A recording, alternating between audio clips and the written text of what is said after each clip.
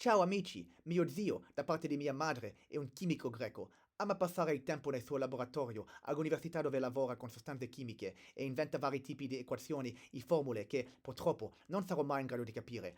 È decisamente brillante e molti dei suoi colleghi e studenti lo elogiano come un genio che dedica la sua vita al lavoro, avendo già fatto diverse scoperte nel suo campo. Quindi sì, è piuttosto intelligente, almeno è quello che abbiamo sentito. Non l'ho mai incontrato e nessuno nella mia famiglia, o davvero nessuno al di fuori del suo ambiente di lavoro, lo vede spesso, perché è anche molto schivo e non ama molto parlare con gli altri.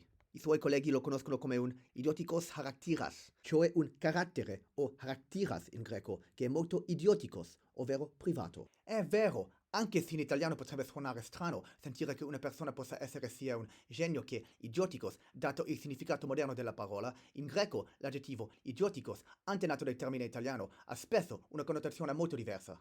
Oggi il termine greco idiotikos e il sostantivo correlato idiotikotita si riferiscono alla sfera privata, sia che si tratta di un luogo, di una politica o di una persona. La parola moderna deriva da idiotis, che a sua volta proviene da idios, ossia specifico, peculiare. Da qui deriva anche il termine idioma. Quindi, un idiotes nell'antica Grecia era letteralmente una persona privata, ovvero qualcuno che non ricopriva cariche politiche o non partecipava attivamente alla vita pubblica. Per esempio, lo storico greco Tucidide distingue gli idiotai dallo Stato nel suo famoso resoconto della guerra del Peloponneso. Per gli antichi greci, gli idiotai, al plurale, erano semplicemente cittadini comuni, senza competenze specializzate che permettessero loro di lavorare come funzionari pubblici, scrittori, soldati o artigiani qualificati. Gli idiotai erano dilettanti piuttosto che professionisti, ma molti di loro erano persone intelligenti, e la parola idiotes non implicava nulla riguardo al livello di intelligenza di una persona. Dal greco la parola fu adottata dai romani, che la utilizzavano per riferirsi a qualcuno privo di competenze professionali, ma nella versione latina del termine si sottolineava il fatto che un idiota mancava di istruzione e quindi era ignorante, come indicato, per esempio, nella Bibbia Vulgata, dove il termine compare diverse volte.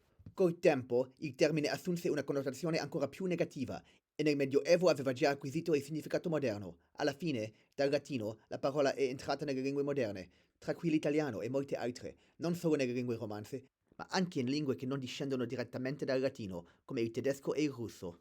Quindi sì, mio zio è un uomo idiota, almeno nel senso greco del termine, e allo stesso tempo è anche brillante. Per quanto riguarda me, io non esco spesso e passo molte ore davanti al computer a creare video sull'etimologia, quindi in questo senso sono decisamente una persona riservata, proprio come mio zio. Tuttavia, a differenza sua, non sono affatto brillante né lontanamente intelligente come lui. Quindi, forse lui è un idiota nel senso etimologico, ma nel senso moderno lo sono io, e di gran lunga. Grazie per aver guardato.